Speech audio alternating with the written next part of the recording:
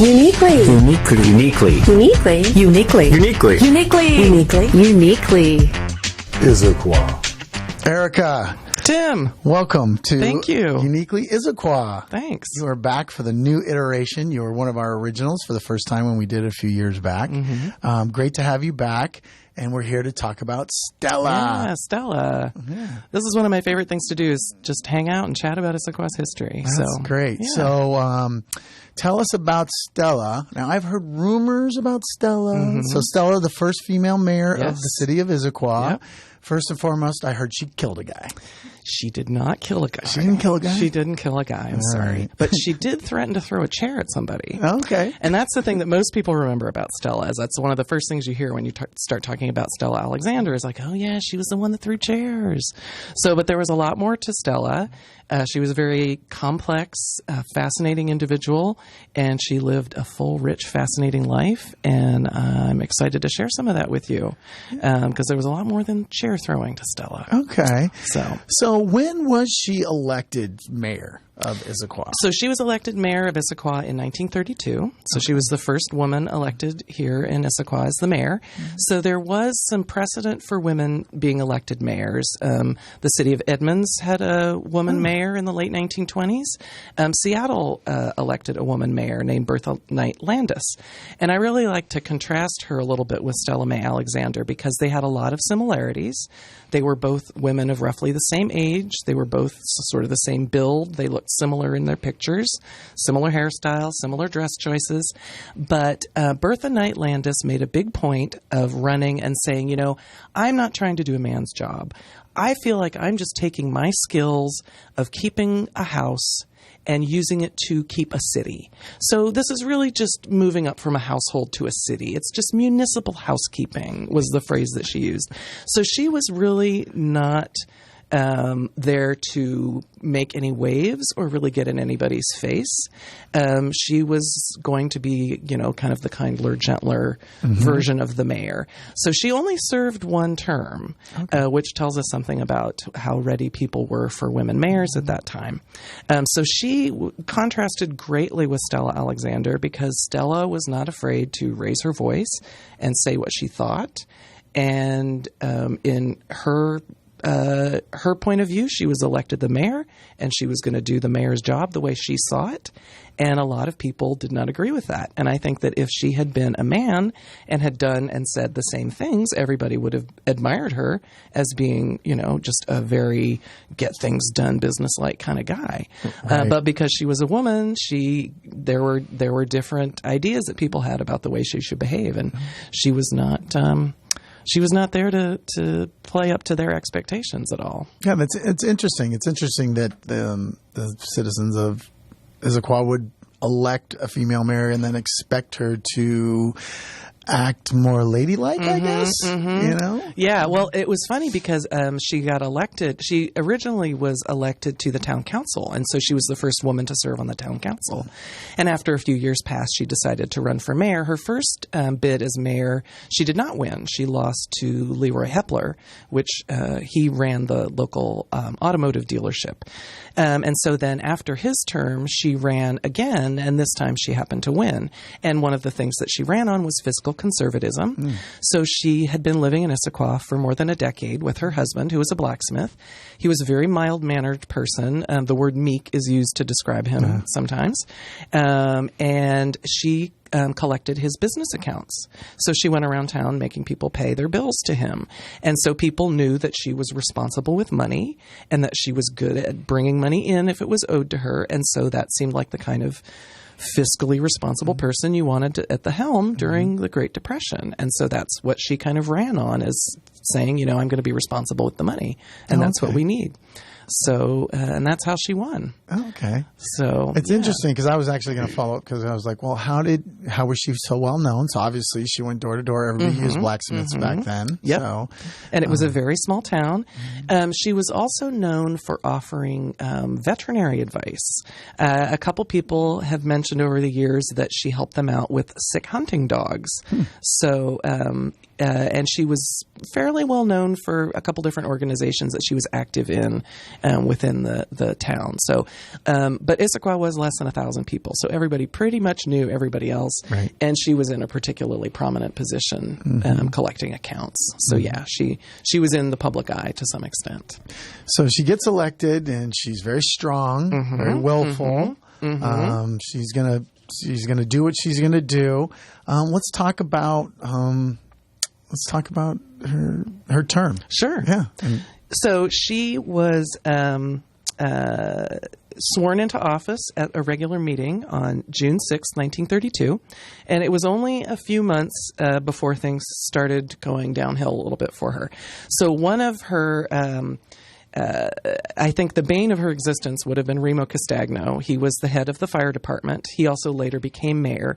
And he said shortly after she was put in office, no woman is going to run this city. Oh, wow. And that was picked up by the newspaper. And in September 1932, so this is about 3 months into her tenure, at the monthly council meeting, there was a dispute between her and the fire department.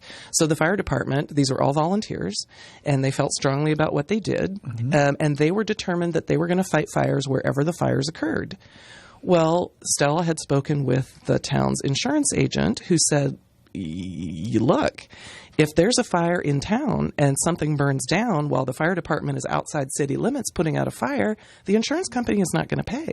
Oh, wow. So Stella went to the volunteer fire department and said, look, guys, you can't fight fires outside the city limits anymore. And they basically said, well, we're going to do what we're going to do, and we're going to fight the fires wherever they are because we're the fire department and we fight fires. We're heroes. We're heroes, yeah. And so the full fire department quit.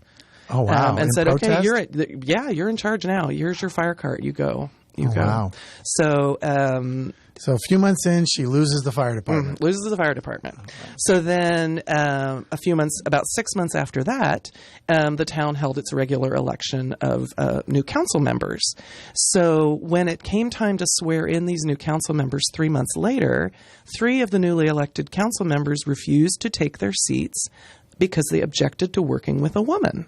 Oh, interesting. So they were running for city council. They knew if they were going to get elected, they were going to have to work with Stella. They ran, they won, and then they refused to serve with her. Well, she got frustrated, which you can't really blame her. And she said, fine, I'm going to appoint some new council members, and they're going to serve on the council. And this was the meeting at which Remo Castagno stood up and said, no woman is going to run this city. And so she basically appointed 2 new members and told them to take their seats. And one of the elected councilmen protested and said, I don't think we can't do this. And she instructed the town marshal to eject this other councilman. And the town marshal, who was a fellow named Paul Henry, said, well, I can't do that. He hasn't done anything illegal. And she said, well, then give me your badge. And so he was fired. Oh, my goodness. Yeah. So see, a different person would have dealt with these things a little bit differently. And she lost patience and felt like, these people said they were signing up to do a job, and now they're telling me they're not going to do it. So I'm just going to move them out of the way and find somebody else to do it. So she hired a new town marshal almost on the spot. His name was Jack Legg. And almost immediately the city council responded by reducing the pay of the town marshal from $90 a month down to $30 a month. So Jack Legg went on to spend most of his tenure as marshal fighting with the council in court to get his pay reinstated, because the only reason they dropped the pay is because Stella had picked him out to be the town marshal. So that was another basically civic mess that occurred while she was in office, just because of the fact that nobody wanted to deal with a woman. Nobody wanted to work with a woman. Right. So she called a special session in July, so this is about a month later, and we have 2 different sets of council members show up. We have the elected set and we have the appointed set. And the reorganized council tried to ignore the elected council, but you have 2 different councils and they're both interacting. And finally, Stella Alexander supposedly seized a chair and attempted to render one of the council members hors de combat. So she's quoted as saying, well, he left when I picked up a chair. So, and this is the story that has lived on about Stella, right, is the one that everybody remembers, is that she brandished a chair. And she was, now, I'm not going to support chair brandishing. or chair throwing. Yes. That's probably a step too far, but you can kind of see how frustrated she must have been in feeling like, I've been elected to do a job and I just want to do it. So, When she was elected, how close was it and how controversial was it at the time? It's strange. It wasn't close or controversial, really, when she won. The vote was 195 to 136, so there was a comfortable margin. Yeah. So, and after the results were announced, Alexander said she hoped to tend to the town's affair, quote, in complete harmony with members of the council. And of course, as we've already established, that didn't really, that wasn't really the case. There was not a lot of harmony.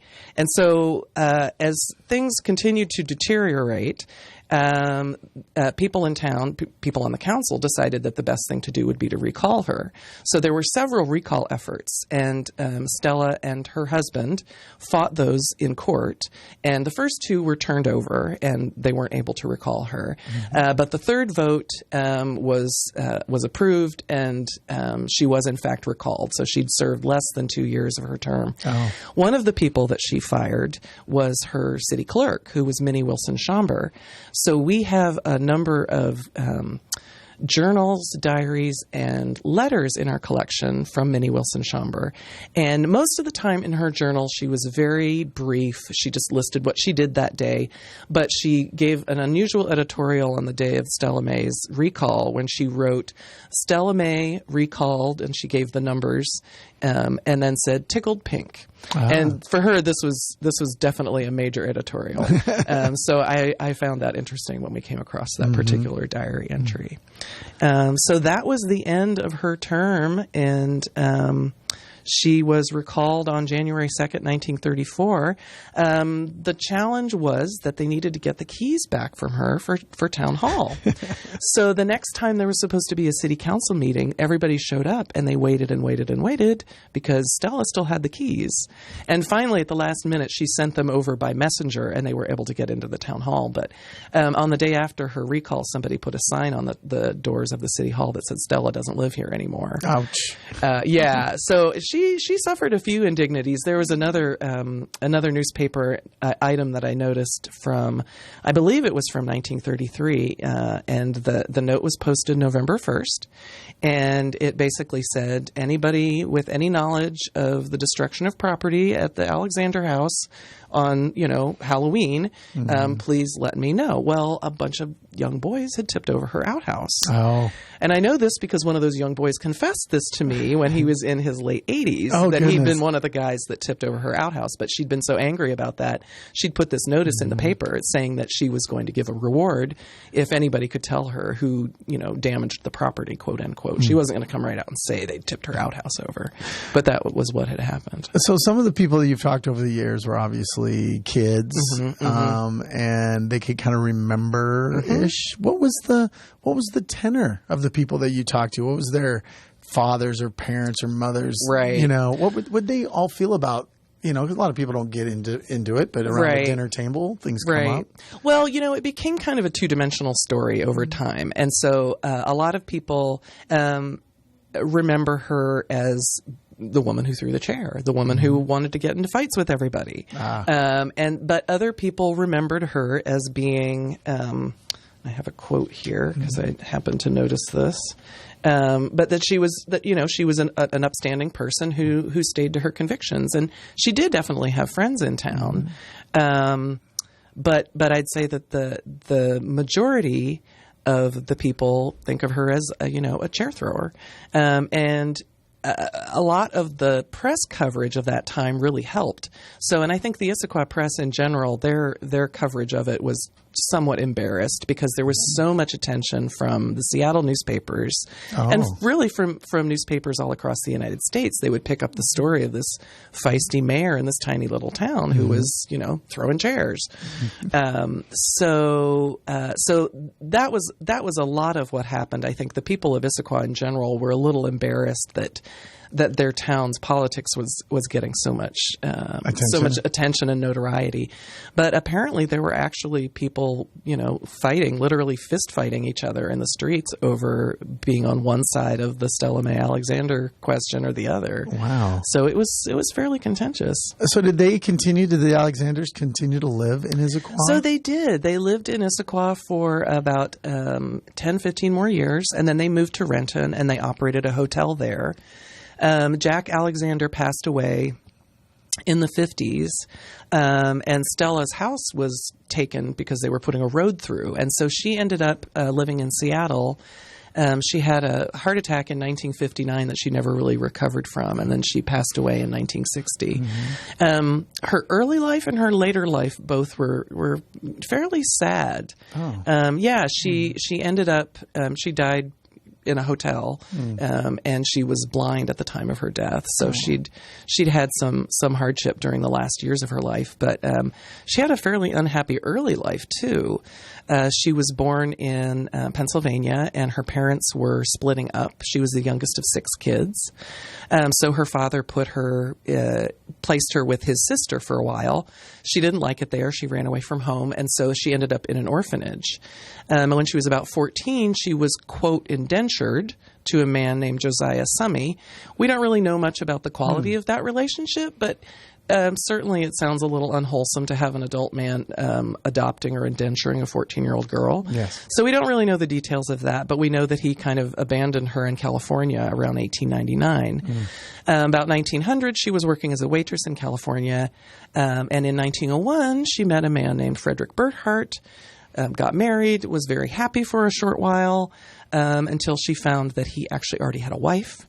And so that was the end of that marriage. And then there's a period of about 15 years where we don't really know where she was or what she was doing. And then she shows up again in Canada, and that's when she marries Jack Alexander, and they move to Issaquah together. And as I mentioned, he was a very quiet, meek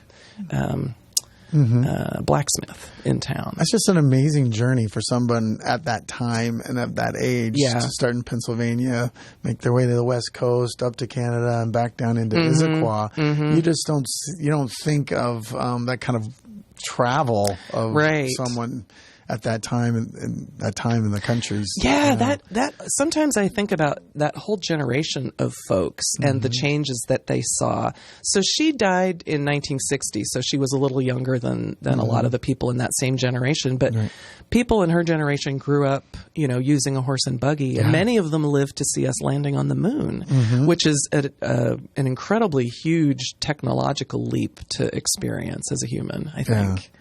It's amazing, because there's a lot of, people that are 100 years old, and it's not an amazing thing anymore. So that everything, like you said, everything that they've seen, it's just crazy. So, you kind of laid out Stella, and we got a picture of her up for everybody. That's her right there. Yeah. For people just listening to the audio podcast, you could probably track down some of these pictures on the Issaquah History Museums website. And a lot of the information that I'm pulling from was compiled in a great article on HistoryLink. Oh, okay. So if you go to historylink.org and search for Stella Alexander, you can find all this information and a lot of great pictures from our collection that HistoryLink has used in their article. Yeah.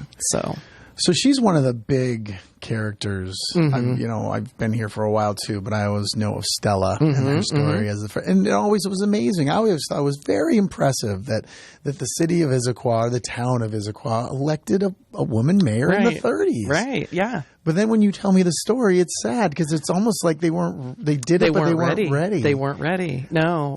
I just wonder if she was just really good in a room. When you talk to her, and they're like, you know what, she'd make a good mayor, right? Until they were mayor, and then they were like, oh no, yeah, yeah. I don't, you just wonder how that all transpired, right? Back then. Well, I mean, she must have been well liked and well respected in town, or she wouldn't have made it onto the council, or been elected mayor. Yeah, but yeah, it was a fascinating journey that she went on. That's right. So I understand that you are soon going to be doing a presentation at the library? I am, on March 9th. starting at 6:30. It's a presentation called Issaquah's Cast of Characters, Distinctive Women. So this is a focus on some of the fascinating women that have lived in Issaquah over the years. And Stella is one of the stories that I tell. Minnie Wilson-Schomburg, who I mentioned briefly, is another one of the stories that I tell. So that's a free program at the Issaquah Library, and I encourage people to come check it out. Oh, how many people do you focus on? I think about somewhere between 8 and 10. Oh, okay. So, yeah. So, tell me about some of the, other programs that you guys do. I know you do like the walks and stuff. Tell me about those things. So Sure. if people are interested, they can reach out to you. Yeah. So we've got a lot of ways for people to discover more about Issaquah's history. We've got some really great active ways, like our Mine Hike program, which will be getting started hopefully in April. We don't have our dates up yet, but we'll be getting that up soon. So we also do a series of pub crawls in collaboration with the Downtown Issaquah Association. The next one of those is coming up in May. Those are always a lot of fun. We do a walk around 3 to 4 different bars in downtown, a little bit to drink, a little bit to eat, a little bit of Issaquah's hidden history. This is where we kind of front load all the history that we can't share with kids. Right. So this is the, your drunken fisticuffs and your murder-suicides and your explosions and all that good stuff. And then we do a bunch of programming for kids. So Heritage Day comes up on we do that on 4th of July, on Independence Day. And we have a series of hands-on history events where kids can come to either the Depot or to Blakely Hall in the Highlands and get their hands on some sort of historic activity that helps connect them with Issaquah's past. Oh, nice. Yeah, and so if you're more of a sofa surfing kind of person, and not a sofa surfing person. If you like to surf the web from your sofa rather than get out and go on walks, we've also got a huge amount of Issaquah's past to discover. Last year we completed the digitization of the Issaquah Press. Oh, nice. And so now that is all fully available and searchable via our website. And that has been a lot of fun for me personally and for the staff to kind of go through. It's a lot easier to find these little tidbits of Issaquah's history that you didn't know about. And of course there's some great images in the press as well from over the years. Oh, yeah. I'd love to dig in there and use some of that stuff with some of the work that I do. Yeah, it's a lot of fun. So you were talking about doing the pub crawl, and I'm just going to spring a question on you. I know you're not prepared, but do you know what Prohibition was like? Yeah. In Issaquah? Yeah. So Prohibition started. So I've had longtime residents say that they don't think Prohibition ever really took in Issaquah. Okay. And that's kind of the impression that I've gotten over the years from reading the newspapers. So the interesting thing about Prohibition in Washington State is that it started about 4 years earlier than Prohibition started in the rest of the nation. Oh.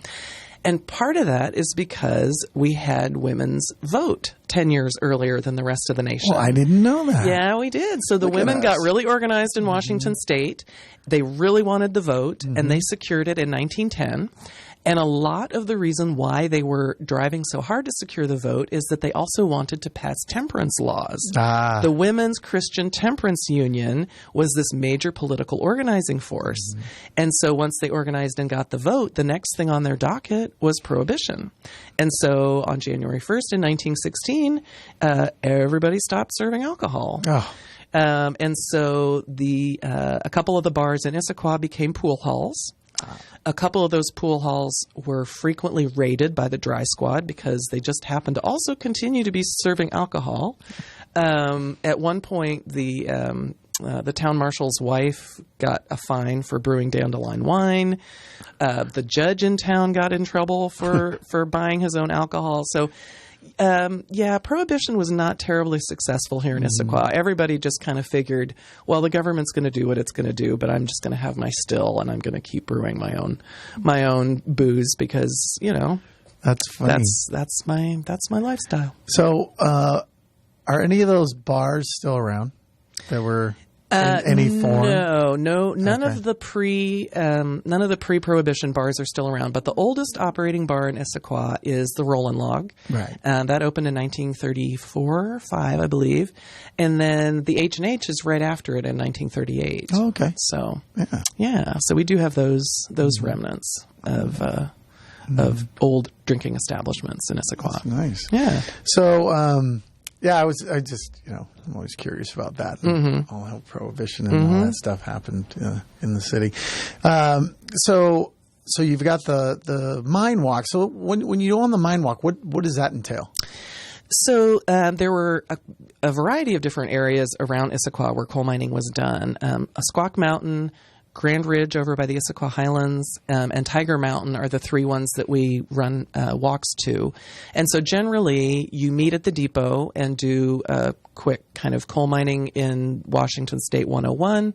And then you go to the site where the coal mines were. We use publicly maintained walking trails. And using pictures and stories, the guides will share what the coal mine operations were like when they were there, and we'll point out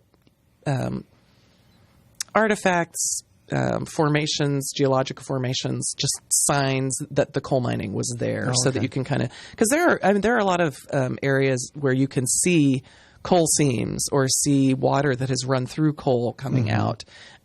So once you know what to look for, somebody can point those things out to you, and you can kind of get a better sense of what Issaquah looked and felt like when it was a coal mining town.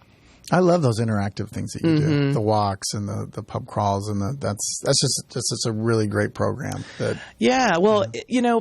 kind of comes from the fact that we don't have a lot of changing exhibit space right now, and we're looking to remedy that in the future. But because we don't have changing exhibit space, we need to find other ways to engage people with Issaquah's past and get them excited about the history, and hopefully, within the next 2 to 5 years, we'll actually have some rotating exhibit spaces so that we can start telling more stories on a more regular basis, and partnering with other groups in the community to tell their stories as well. That's great. Yeah. That's great. Besides Stella, who would be another just like amazing woman or that in Issaquah's history? Well, so it was a long time before we had another woman mayor, before we elected Ava Freisinger, and I would love to do a long form oral history with Ava about her years at the city. I think that would be amazing. Yeah. So I didn't know that. So it went from Stella to Ava? It did. Wow. Yeah. That's and now Mary Lou amazing. is the third woman mayor. Man. Yeah. And Ava is the longest serving mayor that Issaquah has had. She beat out Bill Flintoff by, I think, a year or two. Oh, wow. So he's the second longest running mayor. Yeah, because she was 16. Yeah. Yeah, 16 years. Yeah. It's a kind of a sad story about Stella. It is. Because she was this strong character that I thought of. When I heard about her, I was so proud to work for a city that had a first woman mayor back in the 30s. It was just like, wow, look how progressive. Right. And then when I found out what happened to her, but then I heard rumors. I heard, she killed a guy and she was rife with corruption. And then you tell me the story. It was just, everything was just kind of stacked against her. Yeah. It is a sad story. So, well, Stella, I appreciate you. Yeah, well, and we tell her story a lot, and I think about her a lot, and I have to admit that several pets have been named in her honor. So I like to think that we're doing her proud by keeping her memory alive and by sharing some of the fact-based stories that go along with the chair throwing, because that's the thing that everybody seems to remember. And she was a lot more than a chair brandisher. It's true, because it went from chair brandishing to, I heard she killed a guy. Right? Yeah, that's a pretty strongly thrown chair That's for that true. to have been a murder. But yeah. Well, Erica, thank you for coming on Uniquely Issaquah. Well, thank you. And telling us about Stella. I think she's obviously an important icon in the history of this community. And feel free to come back anytime you want. If you got something new, I'll think of another topic, and we can dig a little deeper. That sounds great. I'd love to do that. Awesome. Awesome. Thanks for joining us, and stay unique.